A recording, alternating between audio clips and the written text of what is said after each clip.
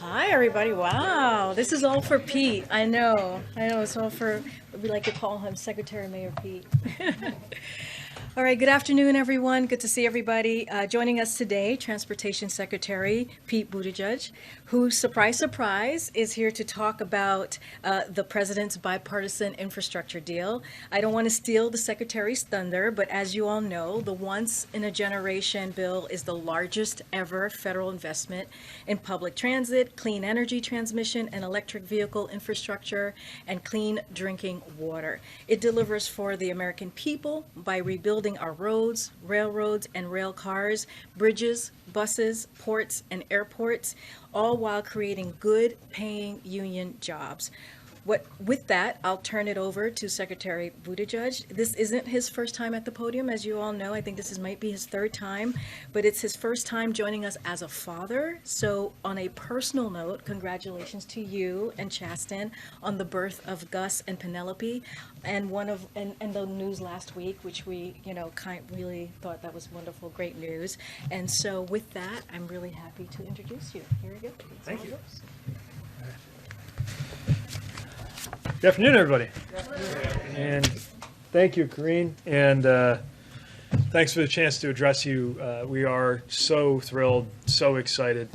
When our communications team presents me with a copy, I usually cross out the word excited because I think it's overused, and I often rub out the exclamation points because it's not always my style, but we are excited with an exclamation point about what we're going to be able to deliver. We are so thankful to everybody who's played a role in this, thanks to members of Congress on both sides of the aisle. President Biden's historic bipartisan infrastructure deal will now become the law of the land. And it couldn't come at a more urgent time. I can tell you in the 10 months that I've been in this job, I have traveled the country and seen the state of our infrastructure firsthand. I saw mesh nets hung under bridges to catch pieces of concrete that fall off from time to time, century-old tunnels corroded by seawater that hundreds of thousands of people depend on every day, roads where community members are installing memorials to lives lost in preventable traffic crashes, highways that have cut communities in two. Infrastructure is so elemental to our society that when it's not there to serve us in the right way, all of us are impacted. But when it is, when it's strong, every community, large and small, rural and urban, privileged and marginalized, every community feels the benefits. When combined with the Build Back Better Act, the bipartisan infrastructure deal, which collectively I like to think of them as the big deal, an answer to the New Deal or the Square Deal before that, they're going to create a generation of good union jobs. They're going to make historic investments in equity and in the fight against climate change. They're going to make sure that America can compete and win in the decades ahead. This is the largest investment in roads, bridges, and highways since the creation of the interstate highway system, including the largest investment in our bridges ever, so that we can avoid devastating closures and disruptive collapses like we've seen, including what we saw in Tennessee and Florida and far too many other places. It's also the largest investment in public transit ever, with funding that will expand service to communities of all sizes, including improvements for seniors and for people with disabilities. It's going to replace thousands of outdated buses with clean zero-emission vehicles and aging rail cars with state-of-the-art new ones. It's the largest investment in passenger rail since the creation of Amtrak itself, and transformative impacts in traffic safety will be achieved. And it's going to strengthen our supply chain by improving our ports, our airports, and our freight rail. It's going to dramatically increase funding for major projects. Every year we have our discretionary programs, RAISE and Infra, where we support projects that are vitally important for local economic development and the national supply chain. We're going through the current round of applications for RAISE right now. And for every dollar that we have to give out, there are about 10 in impressive applications coming in. This allows us to grow those programs that we can use in very direct ways to address the issues of our time. I'll give you an example from the Infra round of grants that happened earlier this year. We announced funding for a project in Georgia. It's an inland port to help goods move onward from the port of Savannah. It is to create a new 300-plus mile freight connection between the seaport and the inland port that makes it faster to get the goods out of the port and then sort them so that they can get on the way to shelves. But like I said, for every good project like this, there are many more that are worthy, but that we can't support. This helps us to change that. Later today, I'll be headed to Glasgow, and there look forward to discussing how this legislation can help ensure that transportation, which is the biggest sector contributing greenhouse gases in our economy, can be a big part of the solution. We've seen so many impacts of climate change on American lives, on our transportation systems themselves, and that's part of why this plan includes funding to put people to work electrifying our power grid, make our infrastructure more resilient to extreme weather, and build out a national network of 500,000 electric vehicle chargers and expand public transit, as I mentioned earlier, which is also a huge part of the climate solution. And of course, there's a lot beyond our transportation elements of this: lead pipes, cleaning up pollution, broadband, and more. But what all of these investments have in common is that they will create jobs. Pipe fitters to replace those pipes, electricians to install those EV charging stations, auto workers to build the cars that plug into them. We need mechanics maintaining transit vehicles, drivers operating them, construction workers rebuilding those roads and bridges. And most of those jobs will be available whether you have a college degree or not, which is why the president often talks about this as a blue-collar blueprint for American competitiveness.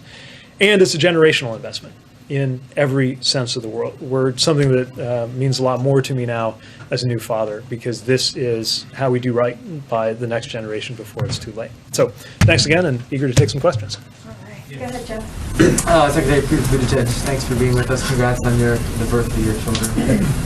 A question about the bill. This bill gives your department an unprecedented amount of discretionary funds, $100 billion in competitive grants. Can you spell out how you plan to prioritize that money, and just give us a sense of what projects you see or we should expect to see getting money and getting started first? Yeah, so our department has been gearing up, hoping that this bill would pass, and now that it has, we've taken it to the next level. I would break it into two parts. Part of it is handling increased funding for programs we already have, like discretionary programs such as RAISE, formerly known as Tiger, and Infra. There, what you're going to see, within the framework, of course, that the law puts forward, is an emphasis on projects that, taken together, give us extra value in the priorities of this administration: economic strength, safety, climate, equity, preparing for the future. And we see a lot of projects that overlap in that sense. Again, if you look to what we funded with the last round of Infra, that'll give you a sense, and you'll see that when we announce the RAISE projects for this year too. But we'll have so much more to work with. Then there are areas where we have to stand up whole new programs. Safe Streets for All. We've never had a multi-billion-dollar safety initiative like that. Reconnecting communities, which we've been talking about all year, responding to where sometimes it was federal dollars that divided a community, often along racial lines. I think the intent of those programs is clear, but the mechanics of those, we've got to work very hard to make sure that we get it right, that the criteria are transparent, that it is easy to understand how to apply, whether you are a big city with full-time staff here in Washington, D.C., or a small rural community trying to navigate that federal process. And of course, that all those dollars are spent accountably, because we're talking about a lot of taxpayer money. Do you have something in place? Sorry, just a quick follow-up. Do you have something in place to prevent mismanagement of that money and fraud? Absolutely, yeah, and that's something that I know is also happening at the administration level. There will be, and the president made this very clear to us in the cabinet when the rescue plan dollars came through. We know that we're going to be held to a very high standard by the president as well as the public. So we have an executive council with the deputy secretary and undersecretary as well as myself, paying close attention to how we can make sure we have all of the right controls, the right rigor to make sure these dollars are spent well. Secretary Mayor Pete, could you give us the breakdown of the implementation of Justice 40 with the infrastructure package that's now passed and signed into law? And also, can you give us the construct of how you will deconstruct the racism that was built into the roadways that you talked to the griot earlier when you broke that information with us? Can you talk to us about how that could be deconstructed? For sure, yeah. So the principle of Justice 40 is that at least 40% of the clean investments in this bill will go to benefit the communities that are overburdened and underserved. So part one of that is defining those investments that are eligible, and that's a lot of it, and we're working to map out kind of program by program, mode by mode, what would qualify. For example, if we're buying clean buses, right, how do we make sure in terms of where those buses go, but also looking at the business opportunity, the jobs that are going to be created, the businesses that will have a chance to compete for the business opportunities it creates. That, too, I think is a very important important element of equity here that's in the spirit of Justice 40. And again, we have a lot of guidance and oversight from the White House since that's an administration-wide initiative. But we know that we've got to build our own internal kind of ways of aligning and defining that inside the administration. As to where we target those dollars, I'm still surprised that some people were surprised when I pointed to the fact that if a highway was built for the purpose of dividing a white and a black neighborhood, or if an underpass was constructed such that a bus carrying mostly black and Puerto Rican kids to a beach, or that would have been in New York, was designed too low for it to pass by, that obviously reflects racism that went into those design choices. I don't think we have anything to lose by confronting that simple reality, and I think we have everything to gain by acknowledging it and then dealing with it, which is why the Reconnecting Communities, that $1 billion, is something we want to get to work right away, putting to work. But that's such a heavy lift. I mean, you have to reconstruct communities that this happened to. As you said, some of these beltways and interstates and roadways were built before the Civil Rights Act, before the Voting Rights Act, and were meant to be racist. But how do you go about redefining and replanning these roadways and communities that are already settled in since then? So what's interesting is it's going to vary by community, and we have to listen to the community. Sometimes it really is the case that an overpass went in a certain way that is so harmful that it's got to come down or maybe be put underground. Other times, maybe it's not that way. Maybe the really important thing is to connect across it, to add rather than subtract. And that's where we don't want to impose a one-size-fits-all answer from here. But when we were out in Syracuse, for example, looking at I-81, we saw the local vision for how they want to get past those divisions. And those local ideas are going to be taken very seriously as we try to meet the spirit of this law. Thank you, Secretary Buttigieg. You just said this bill and the passage of it could not come at a more urgent time. So do you know when President Biden plans to sign this bill? I'd have to refer you to my White House colleagues on that, but I'll tell you that I'll be there with bells on. But he has not signed the bill yet, right? Okay. And can you talk about what the campaign to sell this bill is going to look like, given it will take time for some of these projects to actually go into effect and to be completed, and the White House is 1 year out from the midterms, of course, which they have tied this bill to? Well, I expect that that'll be led by the president traveling to show where the need is and where the action is. But I'm certainly eager to be part of that effort. I mean, look, a lot of this sells itself because communities never needed to be persuaded that their bridge needed to be fixed or that their airport needed an upgrade or that their ports needed investment. They've been trying to get Washington to catch up to them. But I do think it's important for us to go out there, especially in communities where a member of Congress or the Senate played an important role. And as you know, members from both sides of the aisle played important roles in delivering this bipartisan win. And I can't wait to be out there celebrating good news. Let's take one from the back. Thank you. Thank you, Mr. Secretary. Thank you, Karine. As you pointed out, this was a bipartisan bill. Was there any discussion of the president not letting Democrats oppose some of the Republicans who are running or giving them a pass in the next election? Not that I've been part of, but what I'll say is that we're really proud of the bipartisan character of this bill, and the conversations that we had, it wasn't transactional like that. It didn't have to be because these investments were already so good for the communities that these members represented. There are times when you ask somebody to take a tough vote. To me, these provisions were rightly so popular that the only thing that was tough was for some Republicans to stand up to those who wanted them to choose party over what was right for their community. So there was no discussion from your side about the partisanship of it? I don't ever remember talking about, when I was talking to any member of either chamber of either party, talking about campaigns and elections in that way. What we talked about was how it would be good. Now, of course, I believe strongly that good policy is good politics, and I think it's going to reflect well on anybody who voted to deliver these big wins and these jobs for their communities. But I think that's just clear on its face from it being such good legislation. Good. I wanted to ask about the money for ports in the bill. For what, sorry? The money for ports, yeah. in the bill. How will that help the supply chain issues that the U.S. is facing right now? I know that's something that you've said often when you're talking about the supply chain as a help.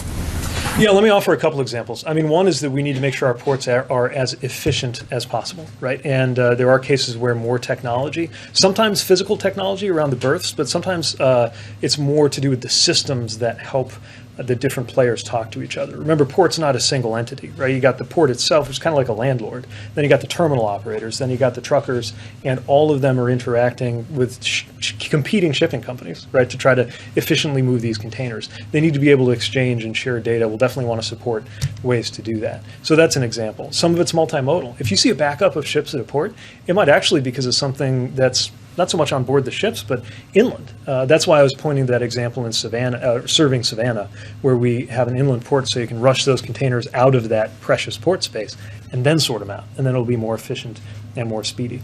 So those are a couple examples. Let me point to one third thing. The idea of the Healthy Ports Initiative. So there are a lot of emissions around ports, from the ships themselves, from the trucks, from the equipment. And right now, one thing that is tough is the neighborhoods that are close to them feel that impact, including in increased asthma rates in what are, by the way, disproportionately Black and Latino neighborhoods. The Healthy Ports Initiative helps electrify them so that you don't have to worry about the emissions. And to me, that goes hand in hand with those efficiency gains that we're trying to drive. I wanted to follow up also, you mentioned truckers. Have you thought about at all relaxing motor carrier regulations further to allow people 18 to 20 to participate and to be truck drivers? So I believe there is a provision in this legislation. Yeah, exactly. But we got to be very careful about safety. And so the way the provision works is it's a mentorship type, apprenticeship type of initiative that tries to manage the potential for there to be a safety trade-off. We want as many people to be qualified drivers as possible, but never at the expense of safety. And we'll always look at other steps we can take. But let me mention, we've got to just make truck driving a better job. Truck drivers, there's a reason the turnover is so high. And the way they're compensated, they're often not compensated for their time, which means that their time is wasted freely, sometimes when they're waiting for a load at a port, for example. Truckers have not had the option to work from home on Zoom. They are the absolute backbone of a big part of our supply chain. We need to respect and, in my view, compensate them better than we have. Thank you. Thank you, Secretary Buttigieg. President Biden said Americans will start seeing the effects of the infrastructure bill within 2 to 3 months. Is that also your assessment? And just to follow up on Jeff's question, can you provide a more detailed timeline on when specific programs will go into effect? So again, I would break it into the existing programs that we're just going to be able to plus up, and then the new ones that we're going to have to stand up. So with something like infra, raise, I think that sees more than a twofold increase in the authorized funding. So here you have, and by the way, they're not waiting on us in Washington to invent these construction projects, right? The communities are applying with them, and then we're just able to fund that many more. And we're already, even though I'm going through the applications for this year's raise program now, we will, in very short order, be working on next year's, and you'll see a notice go out. But again, some things, we need to stand up a whole new program. Safe Streets for All, Reconnecting Communities, Healthy Ports. And so that will take a little bit longer. Remember, this isn't 2009. This is an era where it's about making sure we hit every shovel-ready program to provide that immediate short-term boost for the economy. It's short-term, but it's long-term. That's why the President talks about looking back on this moment from the 2050s. Do two more. Just to follow up on that, we were down in Mississippi talking to farmers who have had bridges closed down in their area for 2 or 3 years. So when exactly can Americans expect to see a difference in their lives? Will it be 2 to 3 months, or will it be sometime sooner? Well, that's the beginning, right? I mean, the short answer is as fast as many of these agencies and workforces can absorb those dollars when the formula increases or when a new grant is available. So some things soon, but again, this is about many, many years ahead, starting now. You go first, and then quick follow-up on Jeff's question. On when you're reviewing the applications, do you have adequate staff at DOT to review all the applications I'll be coming in? And then I have one more question. Great question. Yes, but we're going to have to grow as well. And that's one of the things we've been working on, is how to make sure we're staffed up properly and how to make sure we're organized properly. I mean, we're talking about, I believe, $660 billion over that stretch of years that we need to manage responsibly. Of course, there's an admin dimension of that to make sure that we have the right staffing, human power. And in terms of the highway money that will go directly to states, is there something that you can do to encourage or to make sure that that money isn't used to just widen roads and encourage more people to drive? Because I know that's been a concern of some of the progressives in the transportation community. Right. I mean, this is not just about adding. This is about being smarter in terms of how people move around. Now, the best way to allow people to move in ways that are better for congestion and better for climate is to give them alternatives. So I know our transit funding doesn't sound like a highway policy, but actually part of what takes the pressure off the highways is this unprecedented historic funding for transit, right? Having said that, we're certainly, when there's any discretion involved, so especially on the discretionary programs, we're going to think about what's really going to help solve the problem. Sometimes you add lanes to a road, you just get that many more cars, and you're no better off in terms of congestion or pollution. We're also interested in some of the performance measures that are being contemplated as part of the second round. But with this legislation, we definitely have the tools to make a positive difference on that front. Thank you. Mr. Secretary, just spinning forward to the next bit of legislation, the larger social safety net bill. The House version of that legislation includes paid family leave. The Senate has indicated it will be stripped out. They didn't make the President's framework a couple of weeks ago. You just came off some family leave. I was hoping you can talk to you about the benefits of that, number one, and then number two, given your experience, do you think that it should be a red line for the President to keep that in there so that all Americans have access to that benefit? Well, the President put forward a framework that he's confident can pass the House and the Senate. I think it's also no secret how I feel about family leave and how the President does, which is why he proposed it, I think campaigned on it, and will continue to fight for it. And the importance of it is that it's talked about as time off. It's time to do work. Good work, joyful work, meaningful work, but it's time to do important work. But let me also say, as a new parent, thinking about the difference that will be made by what's in the framework, the universal access to 3- and 4-year-old preschool, making childcare affordable for families across the spectrum, that child tax credit, I mean, that's going to be huge, and it's going to make such a big difference for new parents. Last question, Josh. Hi, thank you. Can we circle back to your other hat as supply chain czar, like on the trucker issue? The Teamsters have said that these truckers should be unionized, should be treated like other stakeholders. Do you agree with that? Should they be able to unionize? Well, we're very pro-union. One of the things we're proud of is how this legislation will create more good-paying union jobs, and I think truckers who are unionized have more of those protections in terms of their health, in terms of their compensation, and that has a lot of benefits in terms of their effectiveness. Look, if you have an industry with 90% turnover, 90% per year turnover at the larger employers of truckers, there's clearly an issue with the quality of the job. And one tool for improving the quality of that job is union representation. But the administration has been silent on the Teamsters' specific call for this. So you're endorsing the short haul truck drivers? I don't know if you're applying that to a particular employer, but what I would say is that we believe in what unions can do to enhance the standing of workers in any industry, and but also for independent truck drivers. I mean, it's very clear that there's an issue with what happens when they get to the gate of a port, for example, and that largely has to do with compensation structures across the industry that are over and above what the union issue speaks to. Do you think the bottlenecks are still in Los Angeles and Long Beach, or are they moving in the most recent weeks as steps have been taken to sort of ease the congestion? So I think we've certainly seen, we've seen some steps that are, we think, making a big difference there in terms of moves to clear the containers, obviously the 24/7 ops. But look, the bottom line is, and I think this is important, not everybody may be following this, it's not that the ports are moving less goods, that they've somehow been less able to move. They're moving more goods than ever. It's just that it's still not keeping up with the demand. National Retail Federation predicts an all-time record high this year, and that's enormous pressure. And whenever you have enormous pressure on a system, you will find the weakest links in that system. And that, frankly, could pop up at any juncture around the U.S., which is why we're very focused on LA Long Beach, because that's 40% of the containers coming in. But anywhere, including 1,000 miles inland, at some multimodal facility that's gummed up. I mean, anywhere in the country you can see these issues. Are they not the bottleneck anymore? Are they not the bottleneck anymore? Or is it moving to different? I was saying it's not a matter of the bottleneck, right? It's a matter, I mean, anywhere, literally anywhere in our economy, there is a relationship between a manufacturer, a shipper, and a retailer.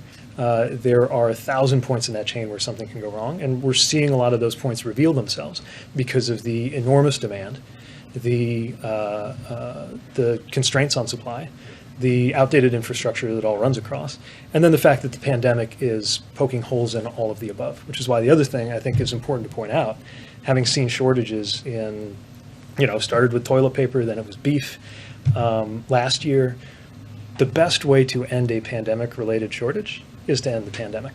And that's why the vaccine push is so important. Okay, great, thank you so Thanks. much. Thank you. Thanks again. Really great being with you. Secretary. Thanks. Thank you so much. Have a seat.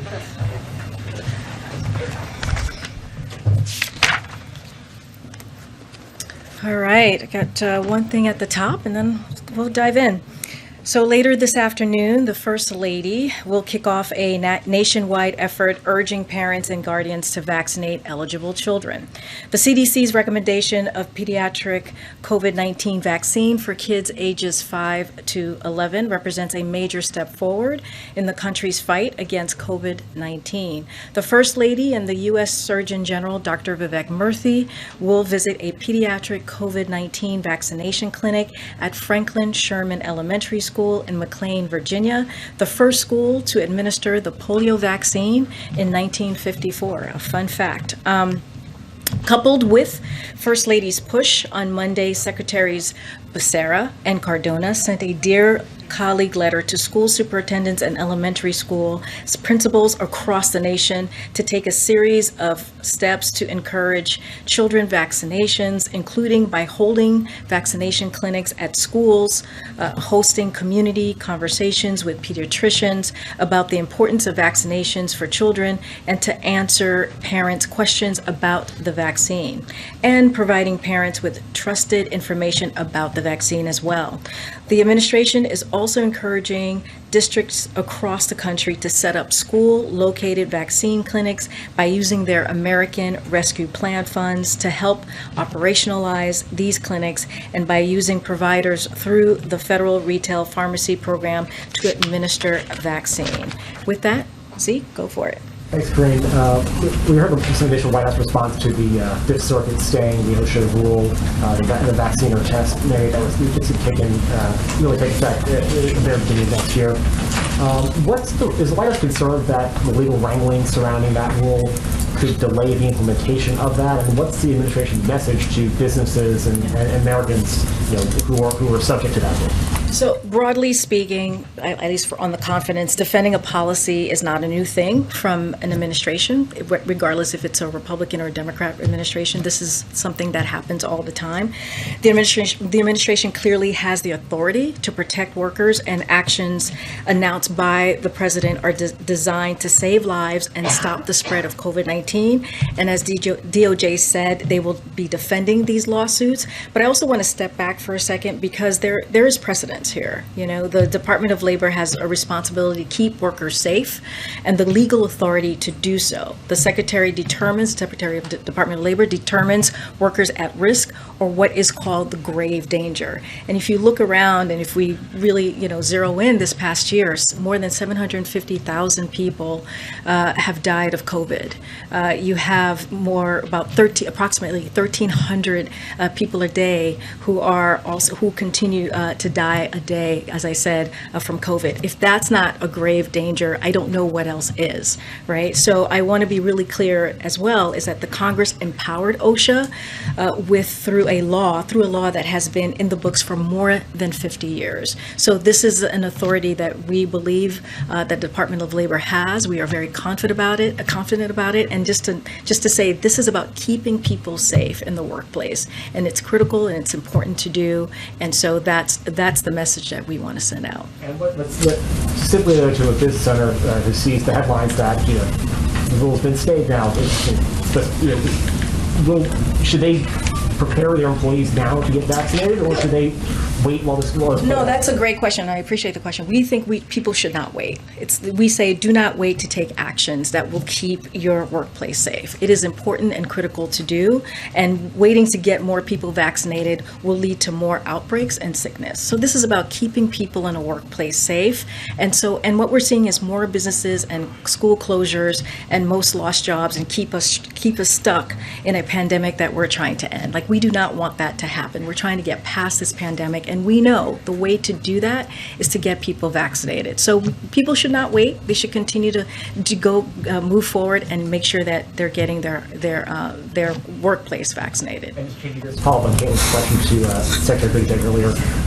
What will the president's sales pitch look like on the infrastructure bill when he signs it? Is he going to be traveling? Is he going to be sending his cabinet out there, and particularly at this time, given the lessons learned from the Affordable Care Act and other Democratic priorities, the importance of actually going out and selling it. How important does the president believe that sort of his voice out there talking about the benefits that bill will lead to his legacy? Well, it's critically important, and you've traveled with us. We've been across the country, in different regions of the country, where the president has talked about his economic policy, Build Back Better Act, and the bipartisan infrastructure, and it's critical. This is a once in a generation investment that the president talks about. We talk about. I mean, this is one of the reasons we had Secretary Buttigieg here, is to have that conversation and continue to talk about the key components in here, which is the roads and also, let's not forget, climate change and the bridges and the ports, all of the things that we need to make sure that there are good paying union jobs, make sure that we are investing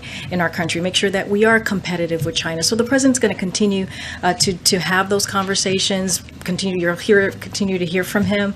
He will travel and make sure that, to your point, the American people hear directly from him about the importance. But also, you'll have the cabinet secretaries out there, you'll have his White House officials out there.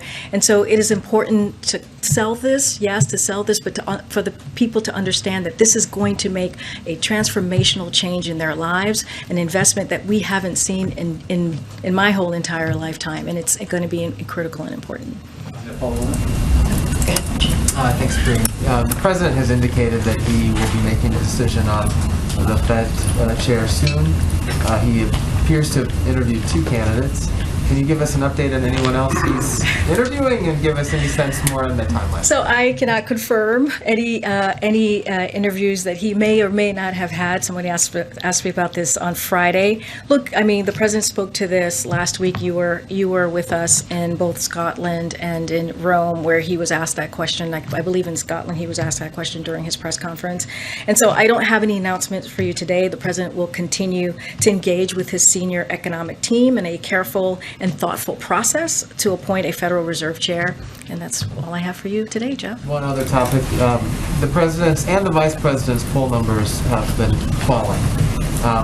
How big of a concern is that for this White House, particularly with an eye towards the midterm elections just a year from now? Are you talking about a particular poll? No. No, just in general? So, look, one of the things that I want to say is that we are confident that our policies will improve the lives of nearly every American. And so grow our economy and create jobs. That's our focus, to make sure that we continue to push the president's economic policies. And, look, polls are all over the map, and that's not going to be our focus right now. The president was also asked this last Tuesday, and he wants to make sure that we deliver for the American public. And that is what we're going to, that's what we're going to focus on. And also, like, poll after poll, including the poll that you may be thinking of or other polls that are out there, has showed us the components of the bipartisan infrastructure deal and the Build Back Better framework are very popular. And that's important to note. And American families want to see these historic investment in infrastructure. They want to see it in care. They want to see in competitiveness. They want to see in this addressing the climate crisis. And so that's what we're seeing, and that's what matters as we're moving forward, is delivering for the American public. Thank you. To follow up on what Jeff and Sabrina were trying to ask the Secretary, the President said Americans would feel the impact of the projects within 2 to 3 months, but I didn't hear a single specific project that will be launched. So has the administration identified any?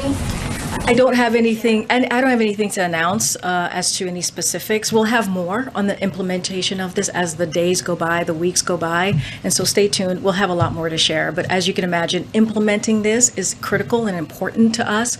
If you look at the American Rescue Plan, which we believe was a success, that's one of the reasons we saw the job numbers that we saw on Friday with 531,000 jobs in the last month. So we want to continue making sure that we deliver, and so just like we did with the American Rescue Plan, we'll make sure to do this with the bipartisan infrastructure framework as well.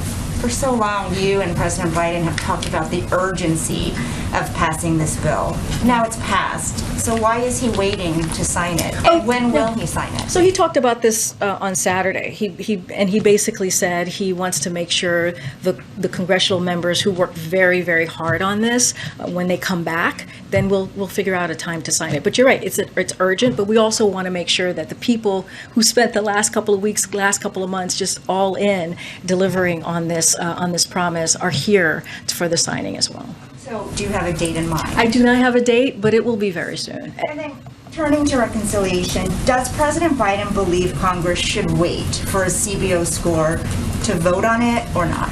Well, here's the thing. As you know, Weijia, and I talked about this probably on Thursday, probably on Friday, I can't remember now. But as you know, we put forward our score. We put forward through the Treasury. There was a Treasury blog. There was also the JCT that put out a number as well, which was the kind of the first part before the CBO puts out their number. And we said that there's more. It's going to be more than paid for. I believe our number was 2.1 trillion. And so we are confident that this is going to be paid for. We are confident that it will add $0 to the deficit. Moody's has said this as well, and other economists have said this, and so we're going to continue to move forward, and that's why we wanted to be transparent, which is why we worked across agencies, across the administration, to make sure that we put out a number to show that it could be raised. So he wants them to use that number or wait for the CBO? Well, we just wanted to make sure that, again, we were transparent. We put out what we thought it would be raised, and so that's what we put out there last week. Thank you. The Energy Secretary says about the cost of Americans heating their homes in the winter, it will be more expensive this year than last year. So why is the administration now considering shutting down the Line 5 pipeline from Canada to Michigan? So, Peter, that is inaccurate. That is not right. So any reporting indicating that some decision has been made, again, is not accurate. But what I will say is, I'll lay this out for you for a little bit here. Where we are is with this is that the Canada has decided to invoke the dispute resolution provisions of the 1977 Transit Pipelines Treaty. We expect that both the U.S. and Canada will engage constructively in those negotiations. In addition to being one of the closest allies, Canada remains a key U.S. partner in energy trade, as well as efforts to address climate change and protect the environment. I will also add this too, is that the current Line 5 pipeline is subject to litigation between Enbridge and the state of Michigan. So again, it is inaccurate what you just stated. What's inaccurate? But the reporting about us wanting to shut down the Line 5. I said, is it being studied right now? Is the administration studying the impact of shutting down the Line 5? Yes, we are. So then what's inaccurate? Well, I thought you were saying that we were going to shut it down, but that is not inaccurate. Okay, great. But the Army Corps of Engineers is preparing an environmental impact to look through this. Okay, and then now that the president is on the record as of Saturday supporting compensation for illegal immigrants who are separated from family at the border, who counts as separated? If somebody was just separated for a few hours or a few days, would they be eligible to settle a suit and get this payment from DOJ? So, Peter, I will direct you to the Department of Justice for any specifics on that. You've asked us this question, we have answered it, and I will refer you to the Department of Justice on any specifics. Great detail, though, about the policy. So if he can answer it, I'm curious. Going back to 2018, some illegal immigrants were given a choice: get deported alone or get deported with their kids. If somebody chose to be separated, chose to go back by themselves without their family, would they be eligible to settle one of these lawsuits? Peter, I'm going to refer you to Department of Justice. I don't have anything more to say, and I'm going to move on, okay? All right, thank you. Go ahead, Caitlin. Is the White House's assessment still that Democrats should be able to pass the second piece of this legislation, the Build Back Better agenda, by Thanksgiving? So we're going to work very hard to make sure that this gets done. As you know, on Friday, the House voted on a rule to make sure that on the week of November 15th, that it moves forward out of the House. And so we're going to just continue. The president on Friday was, burning the phone lines and calling members. Clearly, I'm not going to get into specifics on private conversations, but making sure that the support was there to move that out of the House. And so we're just going to continue to do that, have conversations with members of the House, and the Senate clearly, and that'll be on the president's level and also staff level. But I don't have any specifics there, but that is our plan to try and get this out as soon as possible. So is Thanksgiving though generally the timeline? I don't have a timing for you. I'm just saying that we're going to work really hard to get it done. It's going to go for a vote out of the week of November 15th out of the House, and then we're going to work with Leader Schumer to make sure that it gets done. Okay, and on what the Secretary Granholm and what she was saying yesterday, what options besides tapping the Strategic Petroleum Reserve does the president have to counteract higher gas prices? So, I've talked about this a couple of times. We don't have an announcement yet on anything to share at this time. But we're monitoring it, right? We're monitoring the prices, and we're making sure that we have tools in our tool belt that we can try and use. But at this time, I don't have anything new to share. What else are you reviewing? Because Secretary Granholm has confirmed that is an option that's on the table, and the president has said there are other tools that he could potentially use. So could you just lay out what those other options are that he's considering? So I don't have anything specific here. The president spoke to this recently, but he's also asked FTC to crack down on illegal pricing, right? That is one thing that he did on gouging in the market, and the FTC is responding. But also we're going to continue to monitor the situation and have a number of tools in our arsenal, as I just mentioned. I don't have anything specific. Thanks, Karine. We know President Biden signed an executive order on September 9th that requires White House and agency employees to be fully vaccinated by the November 22nd. We know that a person needs 2 weeks after their last shot to be considered protective, so that means that workers would have to be vaccinated by the end of today. So do you have an estimate of how many in the federal workforce are on track to meet these requirements? So agencies will release their vaccination rates once they complete their process, but I just wanted to say vaccine requirements, as we all know, as we've talked about here, work. We already know the Department of Defense is at 97% of their active duty troops vaccinated, and we're seeing strong compliance across the federal government. Tens of thousands of federal workers get vaccinated each week. Additionally, agencies are moving forward in real time with collecting vaccination and compliance data, and as expected, numbers continue to rise as we approach the deadline and more federal employees input their documentation. So federal workers have until November 22nd to get vaccinated, and as we have made clear, the deadline is not a cliff. For employees in compliance, they will go through education, counseling, accommodations, and enforcement as it's standard to their agency. But again, agencies will release their own numbers. And we can expect them to be transparent about that, releasing the data? Oh, absolutely. They will be transparent. Can you, just following up on the Line 5 thing, you said the Army Corps of Engineers is studying the prospect of closing it, or just studying it genuinely? So, happy to. So the Army Corps of Engineers is preparing an environmental impact statement on Line 5 and the construction of that replacement line. So that is at issue here. The EIS will help inform any additional action or position the U.S. will be taking on the replacement of Line 5. This is consistent with the President Biden's commitment that every infrastructure project, potential pipelines very much included, must undergo a full and fair review that considers the environmental impact that those projects would have. And so, any other further information on that, I would refer you to the Army Corps of Engineers. The administration is waiting on the result. We're waiting, right? There's a review and we're waiting.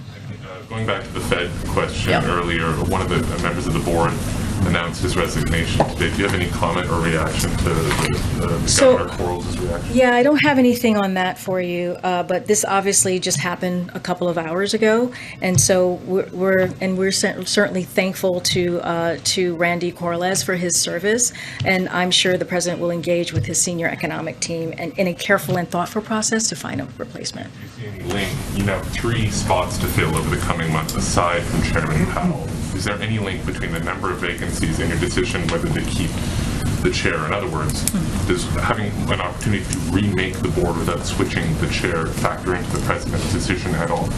Oh, I'm not going to go into what the president, how is he's making his decision. All I can say is that this is incredibly important to the president, and he's taking this very seriously. Is this a days, weeks, or months thing? I don't have a timeline. I know this is an important question. I know you guys are so into it. I know.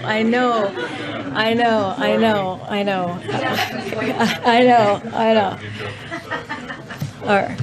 I promise. Well, as soon as we know, we'll share that information. Go ahead. When you look at the situation with the vote on the bipartisan infrastructure the other night, there were a handful of progressives who voted against it. They explained their reasons. Going into Build Back Better, there is no margin among Democrats, really just a couple of votes that you could possibly lose in the House, none in the Senate.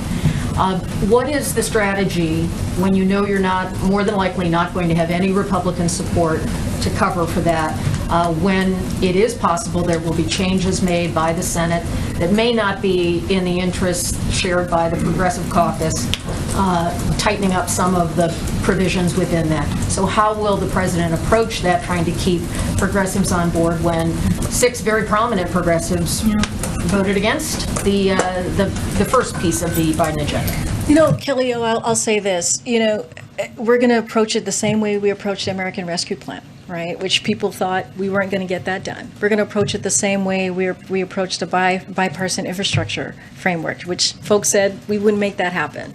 And so right now we're 2 for 2. All right. And so we believe that this is going to get done. The president is committed to this. This is part of his agenda, right? The economic policy agenda that you hear us, we say this all the time, that 81 million people voted for last year, just a year ago. And so these are popular components of his economic policies when you look at both the BIF and the bipartisan Build Back Better Act. And so we're going to continue to work with Congress. We're going to continue to work with the Speaker, continue to work with Leader Schumer, and have those conversations across the aisle to get it done, because this is something that the American public, the American people need. This is once in a generation, investment. We're talking about child care. We're talking about elder care. We're talking about making sure that medical expenses are not your whole entire check. When you think about pharmaceutical drugs, I mean, we're talking about child. I said child care already, but all of these things, climate change, right? When you put those 2 bills together, it's historical in a way that's going to get us to where we need to go to fighting climate change in a real way. So these are so important to the president. We're going to continue to work on it. But we got American Rescue Plan done. We got bipartisan infrastructure done when people didn't think we would. Do you expect the president will add sort of to his daily briefing the update on what's happening with infrastructure projects and things, so that there will be an inflow of information about what these projects are in a practical sense? Will there be a sort of an in-house, inside the White House, sort of central clearinghouse for this, since it does deal with many departments of the government? Well, as you know, this is nothing new to the president. When he was vice president, he led the Recovery Act, pardon me, and so he knows how this is done. He knows how implementation works, and so knowing this president, he's going to want to know every component of how it's going, and so we're going to stay on top of it. It's going to be key in order for the American people to feel this. This has to be implemented, so we're going to make sure that happens. Go ahead, Serena. Thank you. The U.S. is now accepting fully vaccinated travelers from countries that were previously restricted during the pandemic. Given how rapidly the Delta variant spread here within the United States over the summer, why are there still no vaccine or testing requirements for domestic travel? So, we say this all the time, everything's on the table. We just don't have any announcement to preview right now on this. So I don't have anything more to share on the domestic travel. Separate topic, but before his foreign trip, the president signaled he was considering some possible changes to the filibuster, and would have more to say soon. Do you have any update on where he stands, and would he support a carve-out, for example, for another debt ceiling increase? I don't have anything more to share on that, but I would say we've talked about this with the debt ceiling. We believe that it should be done in regular order, just like it was done just a couple of weeks ago, and that's the way that we think we should move forward. But clearly, we're going to work closely with members on the Hill, with Leader Schumer on the next steps on this. Thank you. Thank you, Karine. I have, on foreign policy, I have two related questions on U.S.-Russia relations, if I may. First, could you give us a readout of talks that CIA Director Burns held in Moscow last week?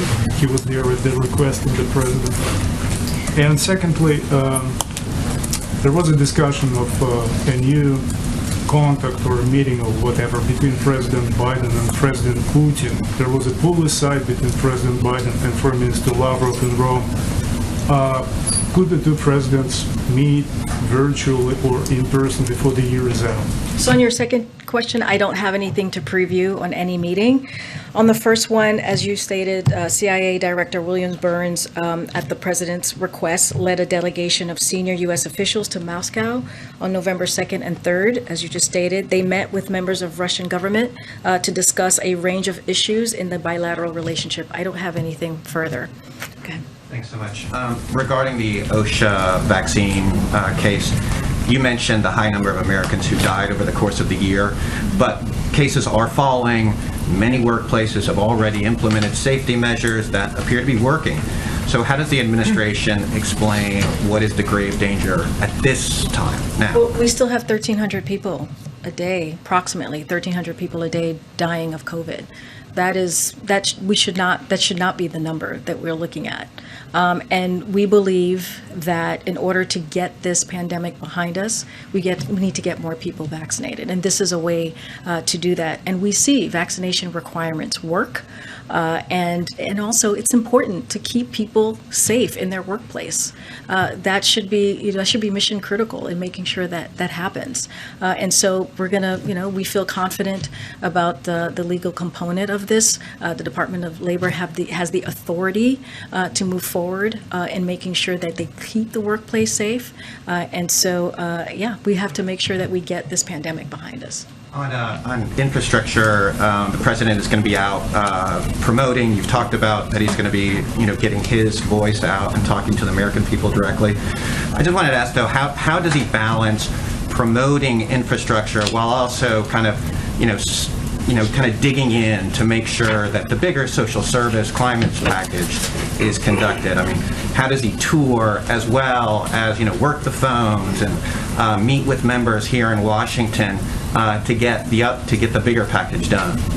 Well, the president can manage multiple things at once. That's not unusual for any president or for this president.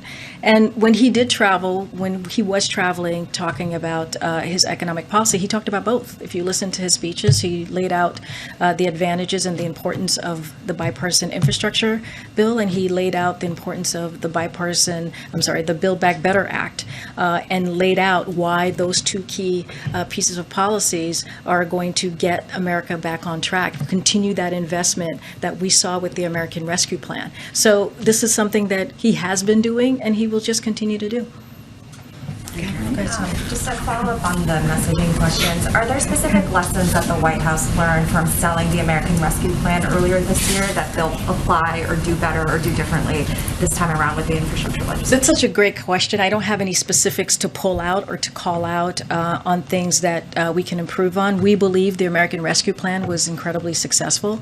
I mean, if you just, again, look at the jobs numbers for last month, if you look at how much the economy is coming back, 620,000 jobs a month since the president took office, 5.6 million jobs, 531,000 jobs just last month. And a lot of that was because of the American Rescue Plan and the decisiveness, the decision that the president took to make that happen. And also getting people vaccinated. His vaccination strategy played a big role. So that's to your question over here, the importance of turning our economy back on is also to get people vaccinated. It's all correlated, it's all connected, and so that's the important thing to remember.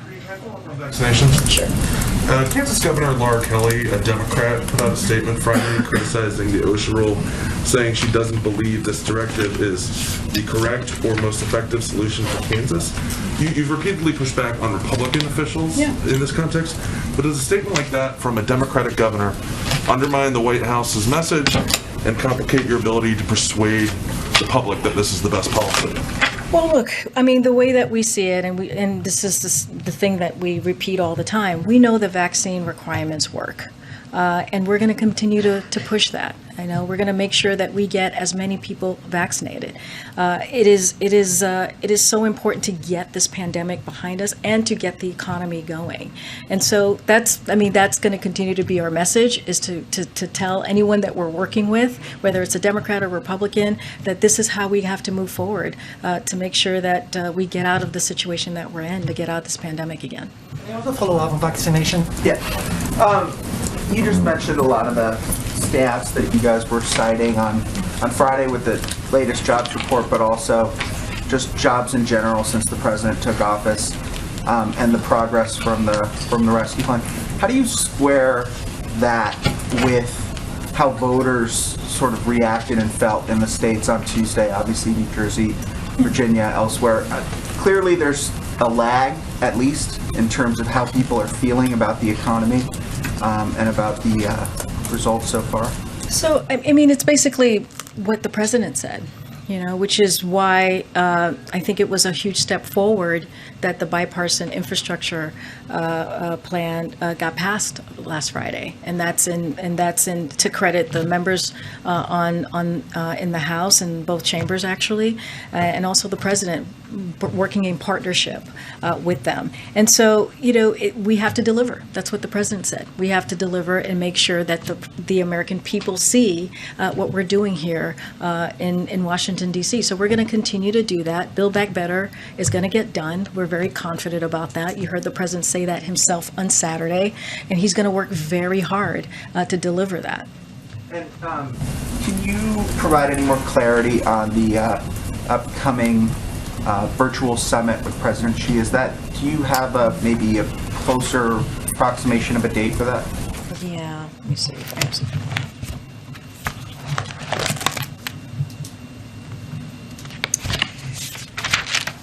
So, as we've said, we have an agreement in principle with the PRC that President Xi and President Biden will have a virtual bilateral meeting before the end of the year.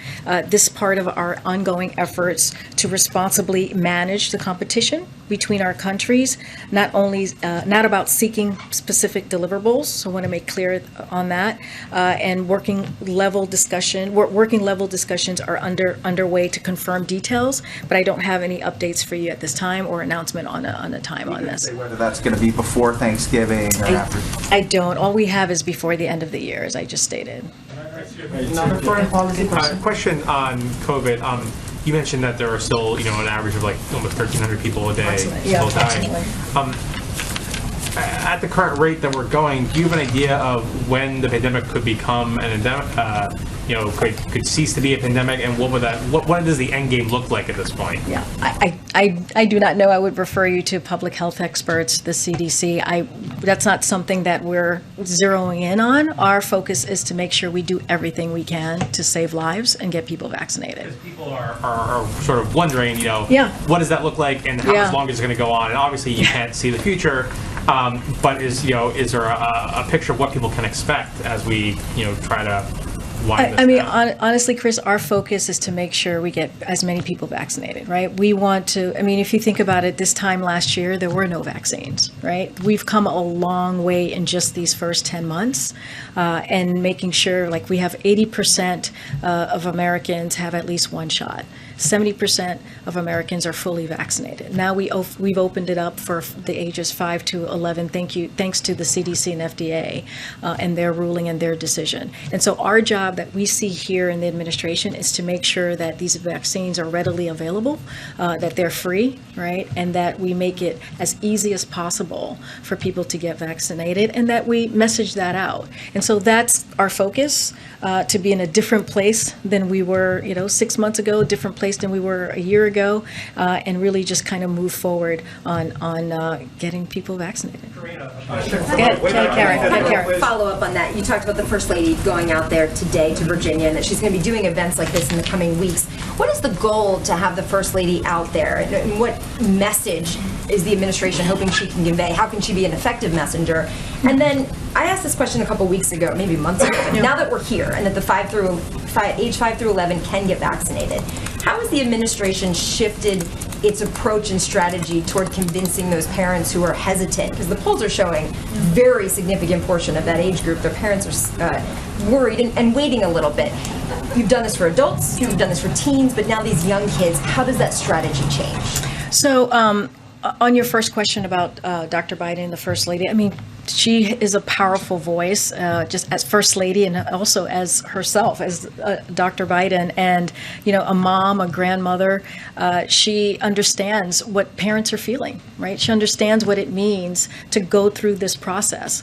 So I think that we think that she is incredibly credible, right? And has a powerful messenger going to schools and really comforting parents if they have questions, or comforting kids who are getting vaccinated. And so we're happy to see her out there. She'll be out there more, and we're going to continue to try and make sure that parents feel comfortable and more kids get vaccinated and more adults get vaccinated.